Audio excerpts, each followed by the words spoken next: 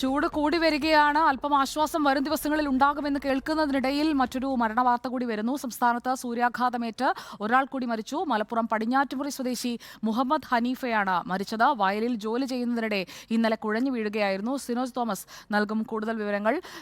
Sinoj Thomas, ഒരു മരണവാർത്ത നേരത്തെ രഞ്ജിത്ത് പങ്കുവച്ചതേയുള്ളൂ. ഇപ്പോൾ മലപ്പുറം സ്വദേശിയുടെ മരണവാർത്ത കൂടി കോഴിക്കോട്ട് നിന്ന് സ്ഥിരീകരിക്കുകയാണ്. എന്തായിരുന്നു സംഭവം? എവിടെ വെച്ചാണ് സൂര്യാഘാതമേറ്റത്? സുജയ പാർവതി ഇന്നലെ വയലിൽ ജോലി ചെയ്യുന്ന സമയത്താണ് സൂര്യാഘാതം ഏൽക്കുന്നത്. ഉടൻ തന്നെ സമീപത്തെ ആശുപത്രിയിൽ എത്തിച്ചു. തുടർന്ന് ഈ പരിക്ക് ഈ പൊള്ളൽ ഗുരുതരമായതുകൊണ്ട് തന്നെ കോഴിക്കോട് മെഡിക്കൽ കോളേജ് ആശുപത്രിയിലേക്ക് മാറ്റുകയായിരുന്നു.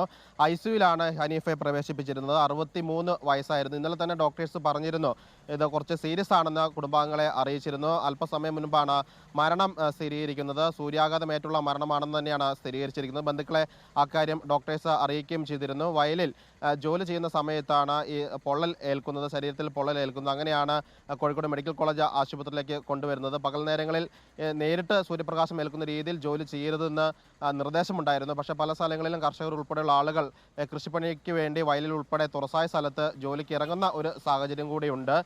കോഴിക്കോട് ജില്ലയിൽ ഉൾപ്പെടെ 38 ഡിഗ്രി സെൽഷ്യസ് ആണ് ചൂട്. ഇതിനിടയിലാണ് ഇങ്ങനെ മരണം സംഭവിക്കുന്നത്. അല്പസമയം മുൻപാണ് കോഴിക്കോട് തന്നെ മറ്റൊരു മരണം, പെയിന്റിംഗ് തൊഴിലാളിയുടെ മരണം ഈ സൂര്യാഘാതമേറ്റാണെന്ന് പോസ്റ്റ്മോർട്ടം റിപ്പോർട്ട് പുറത്തു വന്നിരിക്കുന്നത്. തൊട്ടടുത്ത കേന്ദ്രഭരണ പ്രദേശം മാഹിയിലും സമാനമായ രീതിയിൽ ഒരു കിണർ തൊഴിലാളി കിണറിൽ നിന്ന് മണ്ണ് വലിച്ചു കോരുന്നതിനിടയിൽ സൂര്യാഘാതമേറ്റ് മരണപ്പെട്ടിരുന്നു.